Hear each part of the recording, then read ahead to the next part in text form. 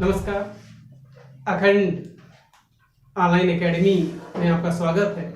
तो कल हमने अपने लेक्चर में बात की थी रिप्रोडक्टिव हेल्थ क्या होती है, उसको हमने समझा था। सोसाइटी में उसके इम्पैक्ट क्या है उसको समझा था और पॉपुलेशन तक कवर कर लिया था। जो डायमेंशंस हमने बनाए थे, आज उसके आगे का टॉपिक है नेम्ड एज कॉन्ट्रासेप्टिव मेथड। आइए बात करते हैं कॉन्ट्रासेप्टिव मेथड। कंट्रासेप्टिव मेथड की अगर हम बात करें तो अभी तक हम लोगों ने क्या किया, पॉपुलेशन को बहुत ज्यादा इंक्रीज कर लिया। अब जब पॉपुलेशन बढ़ने लगी तो बोला गया भैया इसको रोको वरना प्रॉब्लम हो जाएगी। तो कहा गया पॉपुलेशन कैसे रुके, तो बोला गया उसके लिए भैया कुछ मेथड यूज कर लो और such method is named as contraceptive method. अब बात ये आई सबसे पहले कि कंट्रासेप्टिव मेथड कैसा होना चाहिए, कैसा होना चाहिए। तो कॉन्ट्रासेप्टिव मेथड जो होना चाहिए, टाइप्स अभी आगे हम बताएंगे। नंबर 1 अगर कोई पूछे कॉन्ट्रासेप्टिव मेथड कैसा बेहतर होगा, तो नंबर 1 हम बात करेंगे यूजर फ्रेंडली। जो कॉन्ट्रासेप्टिव मेथड है कैसा होना चाहिए, यूजर फ्रेंडली। कुछ लोग सोच रहे हैं यूजर फ्रेंडली का मतलब, यूजर फ्रेंडली का मतलब है पॉपुलेशन को रोकने के लिए अगर तुम कंडोम का यूज कर रहे हो तो कंडोम यूजर फ्रेंडली होना चाहिए। मतलब ऐसा नहीं कि पेनिस के ऊपर लगाया, पता था पेनिस में चुभने लगा, उसकी वजह से पेन होने लगा, तो कोई यूज करेगा? कहेगा हटाओ यार भगाओ, ऐसे कर लेंगे, कोई नहीं यूज करना चाहेगा। तो कैसा होना चाहिए, यूजर फ्रेंडली होना चाहिए। और कैसा होना चाहिए, इफेक्टिव होना चाहिए। भाई बहुत इंपॉर्टेंट बात है। तुम जिस प्रोटेक्शन को यूज कर रहे हो अगर कोई इसका इफेक्ट ना हो तो फिर बेकार है। मान लो गर्ल्स क्या पिल्स ले लेती हैं, कई सारी चीजें करती हैं। मेल क्या करते हैं, कंडोम का यूज कर लेते हैं। मेल क्या करते हैं, कंडोम का यूज कर लेते हैं। अब मान लो तुमने कंडोम का यूज किया, सपोज यूज करते हैं कहीं वो फट जाए, तब क्या हो जाएगा, इफेक्टिव तो नहीं रह जाएगा। इसलिए कह रहे हैं कॉन्ट्रासेप्टिव मेथड कैसा होना चाहिए, एक तो यूजर फ्रेंडली हो और नंबर 2 कैसा हो, इफेक्टिव हो। बात क्लियर हो गई। नाउ नंबर 3 अगर हम बात करें,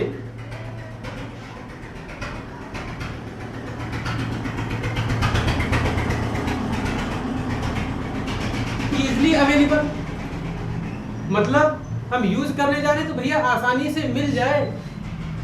ऐसा नहीं कि हमको इंटरकोर्स करना है, कंडोम खरीदना कि यार वो तो यहाँ से 10 किलोमीटर दूर जाना पड़ेगा लेने, अब पता ना थक के लाते ना, लेने जाने का मन नहीं करा, तो आसानी से क्या हो जाए, मिल जाए।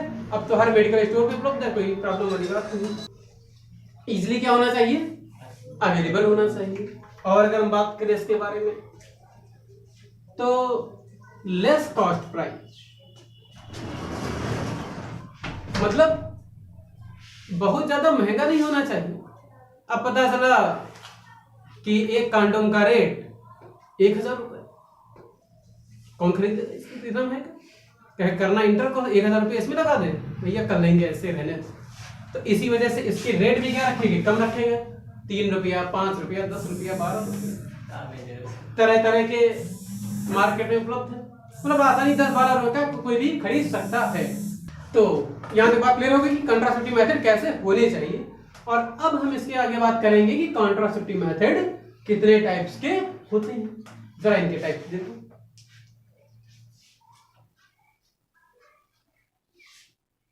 तो सबसे पहले जो मेथड है उसको नाम दिया गया क्या, नेचुरल मेथड। नंबर 2 अगर हम बात करें तो नेचुरल मेथड के बाद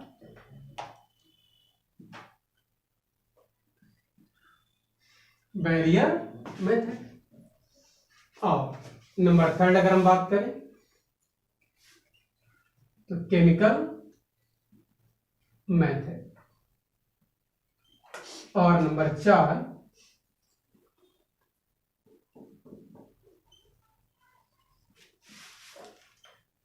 सर्जिकल मेथड।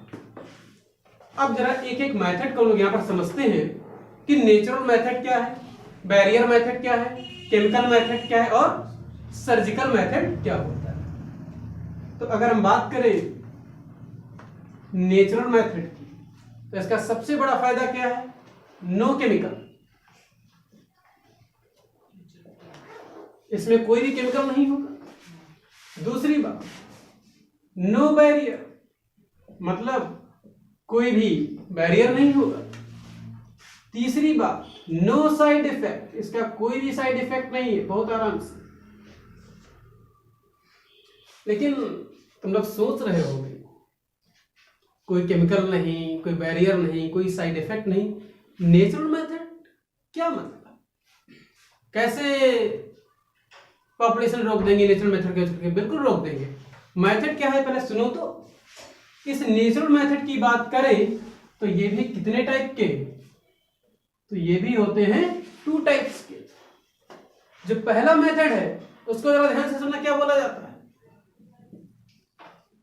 उसको बोला गया विथड्रॉल मेथड। विथड्रॉल मेथड या इसी को बोल दिया जाता है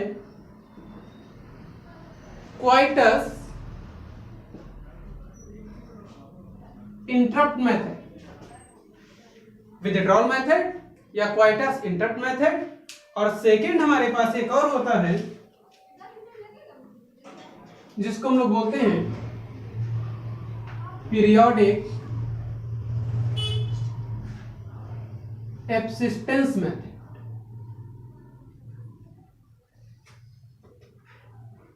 पीरियोडिक एब्सिस्टेंस,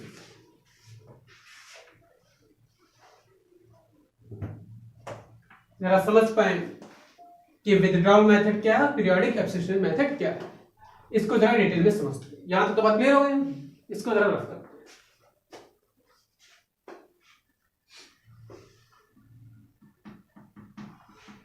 सबसे पहले नॉर्मल मेथड, और नॉर्मल मेथड में हम बात करेंगे किस मेथड की, विथड्रॉल मेथड। देखो कितना अच्छा नाम है, विथड्रॉल। इसी का दूसरा नाम coitus interrupt method. Withdrawal method, जैसा कि इस नाम से तुम लोग समझ में आ रहा होगा कि इसका मतलब क्या है। क्या है ये, व्हाट इज विथड्रॉल? ये वर्ड अक्सर तुम लोग बैंक वगैरह जाते हो तो सुना होगा कि विथड्रॉल कर रहे हैं, एटीएम में जाते हो विथड्रॉल कर रहे हैं। क्या मतलब, विथड्रॉल कर निकाल रहे हैं कुछ। बैंक जाते हो क्या निकालते हो, रुपया अपना निकाल रहे हो। वैसे यहां पर भी क्या करना है, इस मेथड में तुमको कुछ निकालना है। तो कहा गया क्या निकालना है, ऐसा कौन सा जादू निकालने वाले, कहा गया देखो भाई कौन सा जादू निकलेगा, फिगर बनाते हैं जरा। अब जरा समझ पाए इस चीज को। तो विथड्रॉल मेथड या क्वाइटस इंटरप्ट मेथड का मतलब क्या है। सपोज अब कोई मेल है, क्या करने जा रहा है, इंटरकोर्स।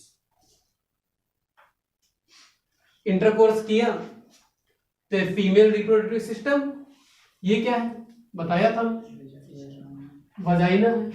अब इंटरकोर्स के टाइम क्या हुआ, इधर आ,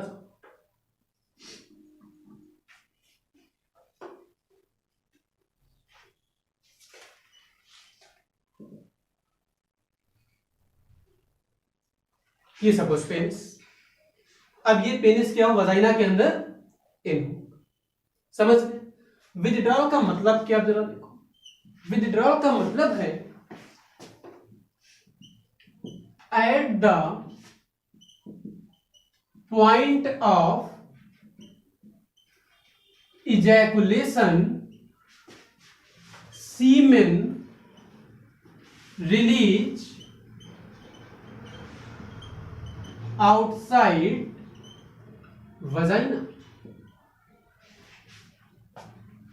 मतलब इंटरकोर्स हो रहा है, मेल का पेनिस वजाइना के अंदर क्या हुआ, इन होता क्या है, जब इंटरकोर्स होता है तो मेल को तुरंत ही पता चल जाता है, ये भी नेचुरल फिनोमेना है कि अब सीमेन हमारा रिलीज होने वाला है। तो जिस टाइम सीमेन रिलीज होने वाला हो उस टाइम क्या करे, पेनिस को बाहर करे। उसने क्या किया, इस पेनिस को बाहर किया और ये जो सीमेन रिलीज हुआ, मिल्की लिक्विड जो निकलता है, इस सीमेन को क्या करें, कहीं पर भी बाहर रिलीज करो। अब जरा समझो, इंटरकोर्स भी हो गया, और जब ये सीमेन बाहर ही रह गया, अंदर एक भी सीमेन के स्पर्म गए नहीं, तो क्या कुछ होगा? क्या जायगोट का फॉर्मेशन होगा? नो नो नो, बिल्कुल नहीं होगा। तो this is withdrawal method. No chemical, no barrier, no side effect, सबसे बेहतर। लेकिन क्या होता है, इसमें खतरा बना रहता है। कोई 100% सिक्योरिटी के साथ कह नहीं सकता है, क्योंकि जो सीमेन निकलने की स्पीड होती है बहुत फास्ट होती है। पता चला कोई जैसे निकालने चला वैसे ही रिलीज, और अगर कहीं 1-2 पॉइंट भी अंदर चले गए तो फिर खतरा बढ़ जाता है। लेकिन अगर टाइमली किसी ने बाहर कर लिया तो कोई भी प्रॉब्लम होने वाली नहीं है। तो समझ पाए विथड्रॉल मेथड क्या है।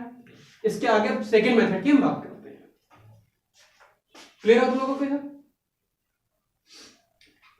इस विथड्रॉल मेथड के बाद हम बात करेंगे पीरियोडिक एब्सिस्टेंस मेथड।